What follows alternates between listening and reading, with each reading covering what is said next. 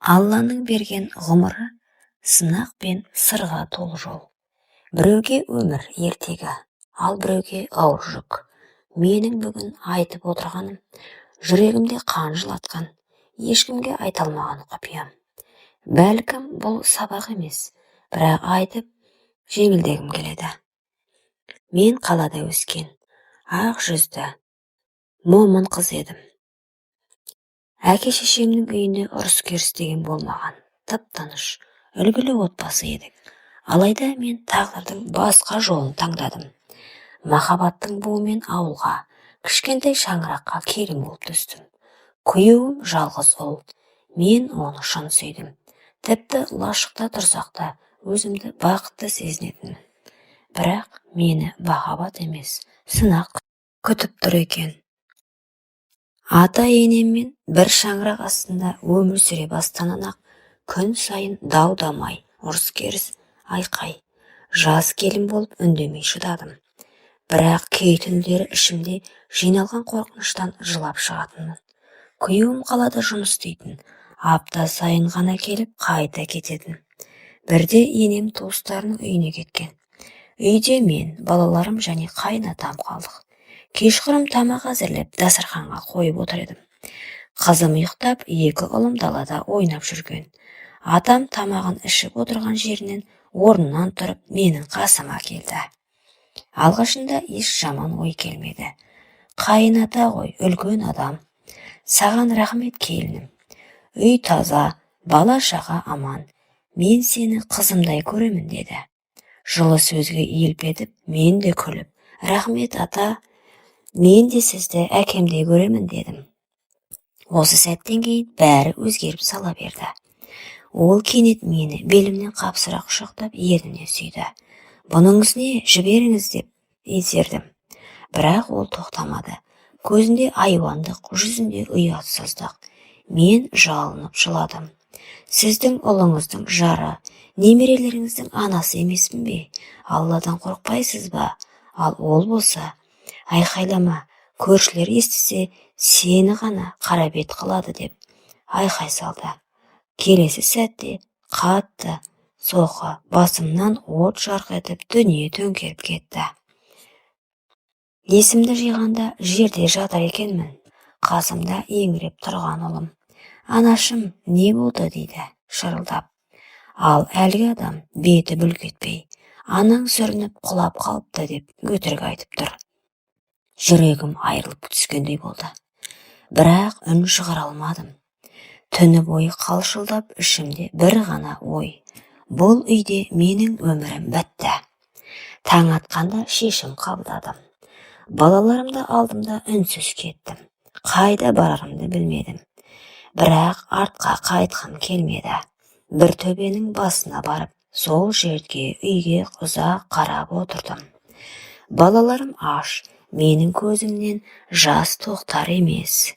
Бірақ сол сәтте Алладан жалбарындым.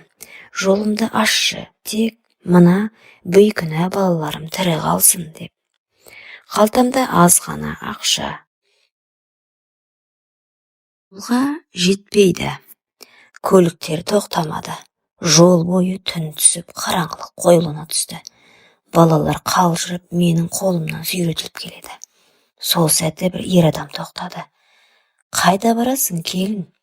Қалаға, аға, бірақ ақшам жоқ дедім. Жылаған дауыспен. Отыр, жетіп аласың.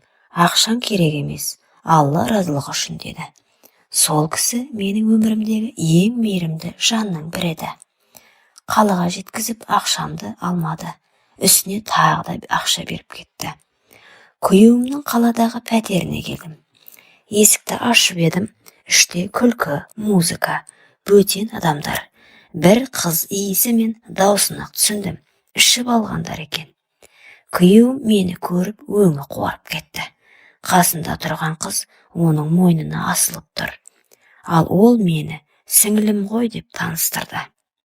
Сол сәт менің ішімдегі бар ашу, қорлық, өксік жарылып кетті.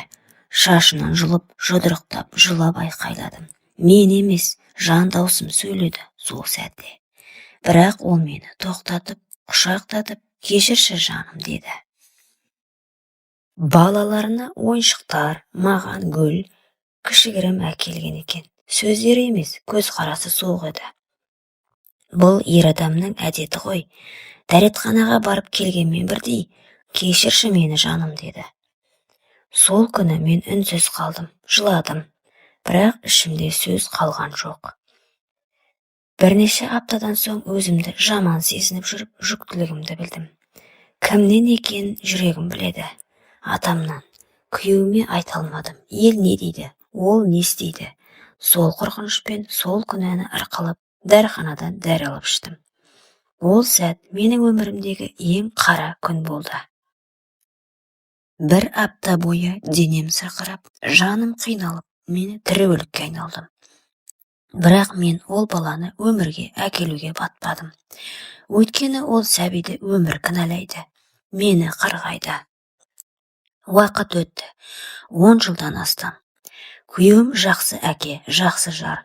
Балаларым өсіп, қызым бой жетті. Сырттай бәрі бақытты көрінеді. Бірақ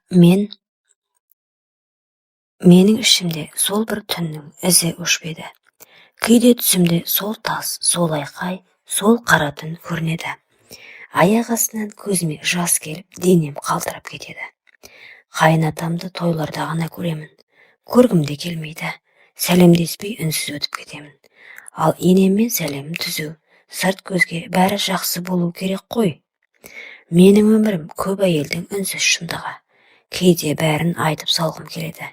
Бірақ бұл енді менің жүрегімдегі құпия.